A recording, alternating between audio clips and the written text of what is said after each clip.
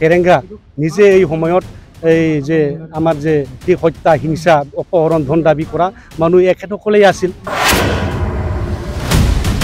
চুক্তিৰ যিবিলাক দফা আছে এইবিলাক ৰূপায়ণ কৰক, এই সীমাটো বঢ়াই দিয়ক। প্ৰমোদ বড়ো ডাঙৰীয়াৰ কেপাচিটি নাই। আজিৰ তাৰিখত যে ৰঞ্জিত বসুমতাৰী ডাঙৰীয়াই জানে যে এখেতসকলে চৰকাৰত নাহে, চৰকাৰত নাহিলে ডাকা হাংগামা এখেতসকলে কৰিব।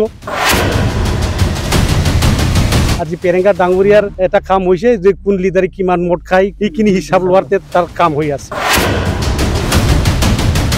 এখেতসকলে BTCক লুণ্ঠন কৰি খাইছে। কিছুদিন আগত আমাৰ BTCৰ কাৰ্যবাহী সদস্য ৰঞ্জিত বসুমতাৰী ওৰফে ফেৰেংগা ডাঙৰে যিটো কথা কৈছে যে হাগ্ৰামা মহিলাৰী আকৌ চৰকাৰত আহিলে BTCত গণ্ডগোল হ'ব, দাগা হাংগামা হ'ব, হত্যা হিংসা আৰম্ভ হ'ব বুলি কৈছে। তো ইয়াৰ আমি প্ৰত্যাহ্বান জনাইছোঁ যে আজিৰ তাৰিখত যে ৰঞ্জিত বসুমতাৰী ডাঙৰীয়াই জানে যে এখেতসকলে চৰকাৰত নাহে, চৰকাৰত নাহিলে দাগা হাংগামা এখেতসকলে কৰিব। তো যোৱাবাৰ যিটো 17 বছৰ হাগ্ৰামা মহিলাৰীৰ যিটো শাসনকাল, এই শাসনকালত যি গণ্ডগোল কৰিছে বা দাগা হাংগামা কৰিছে, কিবা অপহৰণ ধন দাবী কৰিছে, কোন আছিল? তো আজিৰ তাৰিখত ভালকৈ চিন্তা কৰি চাওক যে ফেৰেংগা নিজে এই সময়ত এই যে আমাৰ যে হত্যা হিংসা অপহৰণ ধন দাবী কৰা মানুহ এখেতসকলেই আছিল, এখেতসকলে সংগ্ৰামী নেতা আছিল। তো এখেতসকলে কৰি আহিছে আৰু এখেতসকলে কৈ আছে 17 বছৰ হাগ্ৰামা মহিলাৰী যেতিয়া BTC শাসন কৰিছে এই সময়ত আমাৰ BTCৰ অশান্তি আছিল। তো আমি আজি প্ৰত্যাহ্বান জনাইছোঁ বিচাৰিছোঁ আৰু এনেকুৱা যে কথাবিলাক আজি এজন কাৰ্যবাহী সদস্য হৈ বা ৰাইজৰ প্ৰতিনিধি হৈ এনেকুৱা কথাবিলাক হ'ব নালাগে। যে আপোনালোকে আজি এটা ৰাইজক সেৱা কৰিবৰ কাৰণে সুবিধা পাইছে, ৰাইজৰ কাৰণে চিন্তা কৰক, ৰাইজৰ কাৰণে কাম কৰক। BTR চুক্তিৰ যিবিলাক দফা আছে এইবিলাক ৰূপায়ণ কৰক।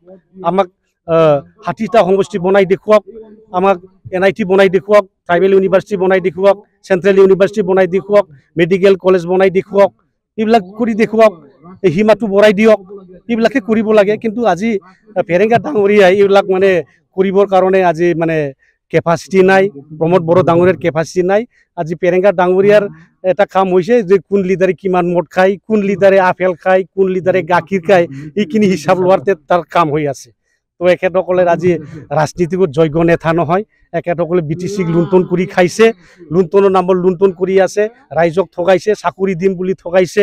আজি ৰাইজৰ যিটো দুখীয়া ৰাইজৰ সমস্যা, বানপানীৰ সমস্যা, গৰাকণীয়াৰ সমস্যা, আনএমপ্লয়মেণ্ট প্ৰব্লেম, মহিলা সবলীকৰণৰ যিটো কথা, এই মাইনাও চেৰাং বিথাংকিৰ দ্বাৰাই এখেতসকলে ঠগাই আহিছে 75,000 টকা দিয়াৰ নামত।